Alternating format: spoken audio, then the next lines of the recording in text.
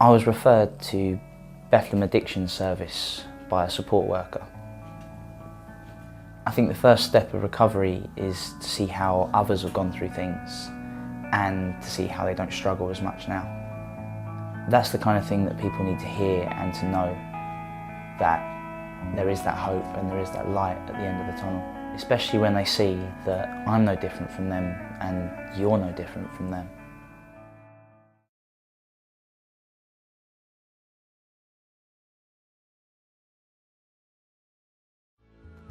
If I was a young person and I had got to the stage of thinking this is now getting a problem, I would certainly go to see my GP. And tough though it would be, I'd much rather see someone who's 17 than someone in their mid-30s whom they can't really do much for. So the message for young people really is, they're not going to judge. It remains confidential, and they may be able, and probably will be able, to offer you some very good advice and treatment.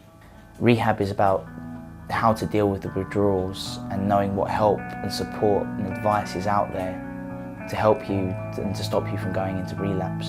Rehab isn't actually a place, it's a process of change. A lot of it's in groups, which I think can be very scary, but also can be extremely powerful. So it's about people sharing their experiences. You don't just do your 6 weeks at Bethlehem Rehab and get your pat on the back and send you on your way. Getting back on your feet takes a long time, and it's down to you to decide what you want to achieve. It's a bit like going and getting an armour-plated suit made up for you. You go into rehab feeling very vulnerable, you do the work, and you've got another layer of protection. So I'm very much in favour of recovery as a life process, a life quest. It doesn't stop. The first time, I stayed for 24 hours and walked. I just walked.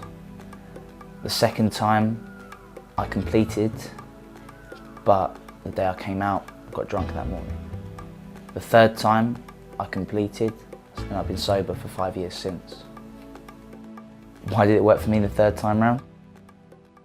If I knew that, honestly, I'd bottle it and I would sell it. You need to find what's out there and what works for you and approach it like you're looking at shelves in a supermarket. Everyone needs to find the right support for them. I know I can't do anything about the time that's gone by, but I can choose now not to pick up that drink.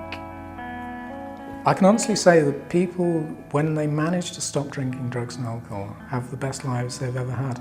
And people consistently say that 4 months, that 6 months when I wasn't using was the best time in my life. So yes, there is life after addiction, and I think it's a very good life.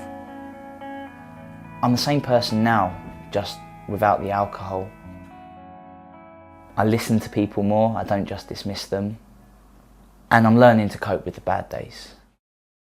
Today is the most important day of my life.